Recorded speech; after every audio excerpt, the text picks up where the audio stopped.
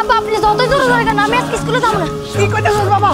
কত এক সপ্তাহ তুই স্কুলে যাস না? তো এক সপ্তাহ কি আমি কালকে থেকে স্কুলে যাব, আমি আজকে যাব না। বাবা কারা করে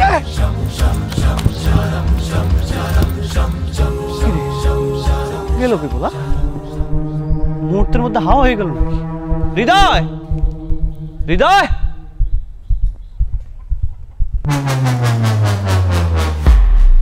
কি রে? এই নাম নাম। এরকম বান্দরের মতো গাছে গাছে থাকলে পড়ালেখা হইব না। আমার মতো কামলা খাড়ুন লাগে। দরকার হলে কামলা করব, তাও আমি স্কুলে যাব না। তুই স্কুলে যাবি, তোর বড়টাও স্কুলে যাবে। আপনি আমার স্কুলে দিবেন না, আমি স্কুলে জানা না কেমন বলবো? কি কি কাজ এগুলো? এগুলো কি কাজ? পড়ালেখা কি করবি? আরে ভাই কি কামলা খাড়ি। ওই ভাই বাচ্চারা মারতেছেন কেন? আরে ভাই কইন না, গত এক মাস থেকে স্কুলে যায় নাই। এক সপ্তাহে একদিন গেছে, টানা এক সপ্তাহের পর আবার যায় নাই। অনেক পড়ালেখা করবো না। স্কুলে যাব। এই এই এই বিদায় কইছি। এই বিদায়, এই বল। দেখছেন ভাই, দেখছেন এই বল আমার কেমনে মাছ মুখন। বাড়িতে পড়ালেখা করে? কি বাড়িতে পড়ালেখা করবো? স্কুলে জানা, বাড়িতে কি পড়বো? ভাই আসলে জোর করে তো পড়াশোনা হয় না। যদি পড়াশোনা করতে না চায় তাহলে কোন একটা কাজে কামে লাগাই দেন। কি কন ভাই, পড়ালেখা বন্ধ করে দিমু? এইভাবে কয়দিন করবেন? আপনি তো ভাই ছোটবেলায় পড়াশোনাও করেন নাই, কোনো কাজও শিখেন নাই, যার কারণে এখন দিনমজুরি করা লাগতেছে। তো আপনার ছেলে যেহেতু পড়াশোনা করতেছে না, ওরা একটা হাতের কাজ শিখিয়ে দেন। আচ্ছা কি কামে লাগান যায়? আমাদের ওই যে কংসনগরের মুসা আছে না, ওর হুন্ডার গ্যারেজ আছে, আমার পরিচিত। আপনি বললে আমি ওইখানে লাগাই দিতে পারি। হুন্ডার কাম শিখামু? ভাই হুন্ডার কাজটা শিখলে ভালো হইব, কারণ এলাকায় যে পরিমাণ হুন্ডা বাড়তেছে, সামনে চাইলে নিজেও একটা গ্যারেজ দিতে পারবো কাজটা যদি শিখে নেয়। মুসা আমার কাছের ছোট ভাই, ওরে বললে আপনার পোলারা ওর গ্যারেজে কাম শিখাইব। ঠিক আছে ভাই, পড়ালেখা যেহেতু করবো না তাইলে আর কি কামে লাগাই দিই। আচ্ছা ঠিক আছে, তাহলে বিকালে নিয়ে আসেন। আচ্ছা ভাই ঠিক আছে, গেলাম। আচ্ছা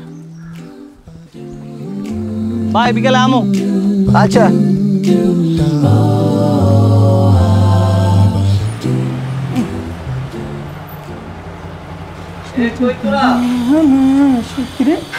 কি হলো? হয় রে পয়সা আছিস কেন? রাস্তা কাস্টমার এসে বলে সারাই দিন শুধু বাইরে থাকবো। দেখ কি চায় ভাই কি হইছে? কি লাগবো? তুই বুঝবি না, তোর ওস্তাদের এদিকে আইতে কর। উস্তাদ আপনারা ডাকে। আরে রাশেদ ভাইছে কি হয়েছে ভাই? ভাই কি কোনো সমস্যা? দেখ তো গাড়ির কি হয়েছে, সহজে গিয়ার পড়তেছে না। ভাই আপনি বসেন, আমি দেখতেছি। আচ্ছা যেটি তো যা ভাইয়ের জন্য একটা চা নিয়ে। না না আমি চা খাবো না। সমস্যা নাই ভাই, খান। ভাই খান বলা দাঁড়ায় আসছেন, যা চা নিয়ে। দাঁড়ায় দাঁড়ায় শুধু চেহারা দেখি।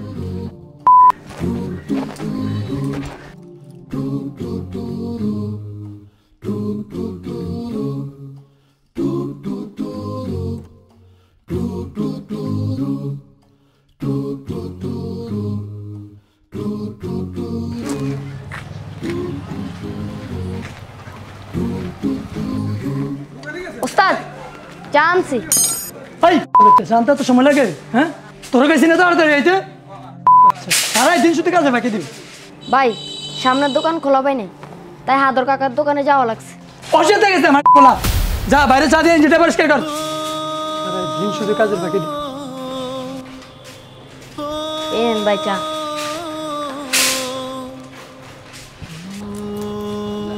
বস টান দিয়ে দেখেন, ঠিক করে দিস, আর সমস্যা হবে না।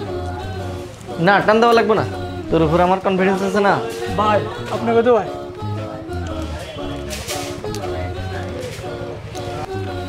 কত দিব?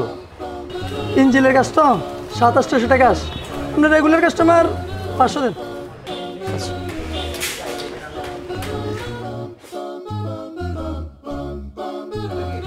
আসেন। হ্যাঁ পোলাটা কে? পোলারা আমার কাছে নতুন নিয়েছি, কাম কাজের আগা মাথা কিচ্ছু বুঝে না। কেন ভাই কোনো সমস্যা? আপনার কোনো বেয়াদবি করছে? না না সেটা না, আমি আসার পর থেকেই খেয়াল করছি তুই ছেলেটাকে কারণে অকারণে গালি দিচ্ছিস। ভাই বলদ দিয়ে হাল চাষ করতে লাঠি দুটা বেশি মারা লাগে, আর আমগুলো এনে পোলা বাইন্ডে কাম শিখাইতে জাড়ি আর গালির উপর রাখা লাগে। ঝাড়ি পর্যন্ত ঠিক আছে, কিন্তু মাকে নিয়ে গেলি। আচ্ছা শোন, তোকে দুইটা হাদিস বলি। ভাই হাদিস? আচ্ছা বলেন। রাসূলুল্লাহ সাল্লাল্লাহু আলাইহি সাল্লাম বলেছেন, মুমিন বা যার মধ্যে ঈমান আছে সে কখনো গালিদাতা হতে পারে না। আর আমি অনেকক্ষণ ধরে লক্ষ্য করলাম তুই ওর মা বাবা ধরে গালি দিচ্ছিস। মা বাবাকে গালি দেওয়ার ব্যাপারে রাসূলুল্লাহ সাল্লাল্লাহু আলাইহি সাল্লাম বলেন, কবিরা গুনাহ সমূহের মধ্যে সবচেয়ে বড় হলো নিজের পিতামাতাকে গালি দেওয়া বা লানত করা। তাৎক্ষণিক সাহাবীরা জিজ্ঞেস করলেন, হে প্রিয় রাসূল, নিজের পিতামাতাকে কিভাবে গালি বা লানত করা যায়? তখন তিনি বললেন, যে অন্যের বাবাকে গালি দিল সে নিজের বাবাকেই গালি দিল, যে অন্যের মাকে গালি দিল সে নিজের মাকেই গালি দিল। কি কম ভাই, ছোটবেলা থেকে এমন অভ্যাস। কিন্তু এমন হাদিস কখনো শুনিনি যে অন্যের মারে গালি দিলে নিজের মায়ের দিকে যায়। আমি ভাই তওবা করতেছি ভাই, আর জীবনেও কারো মা বাবা তুলে গালি দিব না। ভাই ইঞ্জিন পরিষ্কার করা শেষ। আচ্ছা যা, আমি আইতেছি, তোরা কাজ শিখাম। আচ্ছা ভাই। আচ্ছা ভাই, তাহলে আসেন। হ্যাঁ,